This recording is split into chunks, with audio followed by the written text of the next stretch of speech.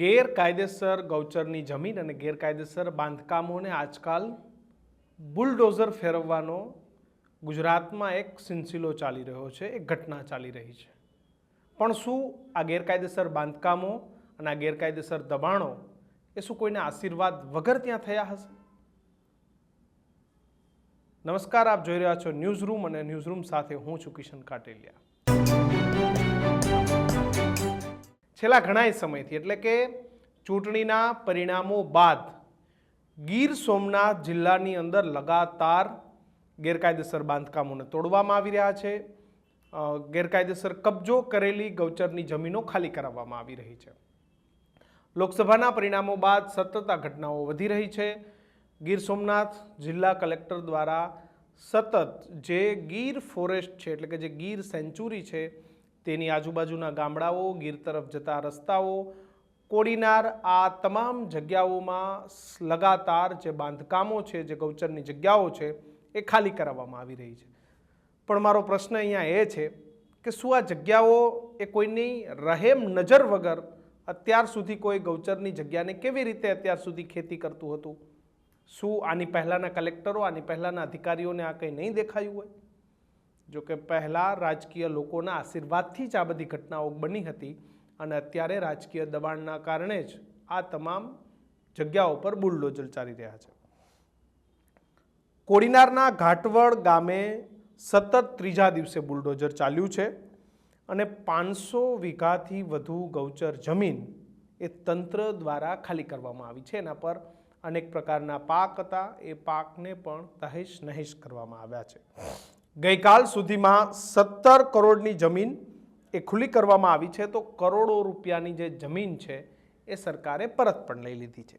ગીર સોમનાથ જિલ્લામાં ગેરકાયદેસર જે દબાણો છે એ દબાણો ઘણા લાંબા સમયથી ત્યાં વધી રહ્યા હતા. સૂત્રાપાડા અને તેની આજુબાજુનું જે સિંગસર ગામ છે ત્યાં કુલ 46 લાખ રૂપિયાની જે જમીન છે, જમીન ખુલ્લી કરવામાં આવી છે. તો ખાંભા, સૂત્રાપાડા, અનેક જગ્યાએ જે ત્યાંની જે સ્કૂલો છે, અનેક જગ્યા પર ગૌચરની જે જમીનો છે એ જમીનો પર દબાણ કરવામાં આવ્યું હતું. ગીર સોમનાથ જિલ્લા કલેક્ટરની અપીલના પગલે લોકો સ્વેચ્છાએ પણ દબાણ દૂર કરવા આગળ આવી રહ્યા છે. કે એવું તો શું બન્યું ગીર સોમનાથ જિલ્લાની અંદર? ખાસ કરીને જે ગીર જતા રસ્તાઓ છે અને ત્યાં પર લોકોએ ઠેકાણે દબાણો કર્યા હતા. ઘણી જગ્યાએ ઉકરડાઓ પણ ખડકી દેવામાં આવ્યા હતા. ઘણી જગ્યાએ પશુના વાડાઓ પણ મૂકી દેવામાં આવ્યા હતા. વારંવાર ફોરેસ્ટ વિભાગ, પોલીસ વિભાગ અને જિલ્લા વહીવટી તંત્ર એ ટુરિસ્ટોને પડતી પરેશાની, ત્યાંના રસ્તાઓ સાંકડા થઈ જતા, બહારથી આવતા લોકો, ગીર સેન્ચુરી, આ તમામ બાબતોને લઈ અને આ દબાણો દૂર કરવામાં આવી રહ્યા છે. કે પછી રાજકીય જે ચૂંટણીના પરિણામો આવ્યા, ચૂંટણીના પરિણામો બાદ ગીર સોમનાથ જિલ્લામાં જે પરિસ્થિતિનું નિર્માણ થયું એ પરિસ્થિતિના નિર્માણના પગલે રાજકીય લોકો દ્વારા દબાણો દૂર કરવામાં આવી રહ્યા છે. કે પછી ખરા અર્થમાં ત્યાં પ્રવાસીઓને પડતી મુશ્કેલી અને સાથોસાથ જમીનના વધતા ભાવ. આજકાલ ગીર સોમનાથ અને ગીરની આજુબાજુ લોકોને ફાર્મ હાઉસ બનાવવાનો, રિસોર્ટ બનાવવાનો એક ગજબ પ્રકારનો ટ્રેન્ડ ચાલ્યો છે. તમામ લોકોને ગીરમાં રિસોર્ટ બનાવવા છે, સોમનાથની આજુબાજુ ફાર્મ હાઉસ બનાવવા છે, એનો પણ એક જબરજસ્ત ટ્રેન્ડ ચાલી રહ્યો છે. એના કારણે આ સરકારી જમીનો એ ખાલી કરાવવામાં આવી રહી છે. રાજકીય દબાણ, વધતા ભાવ, કે પછી ખરા અર્થમાં પ્રશાસને ગૌચર જમીનોને ખુલ્લી કરવા માંગે છે. આ ત્રણેય મુદ્દાઓ છે.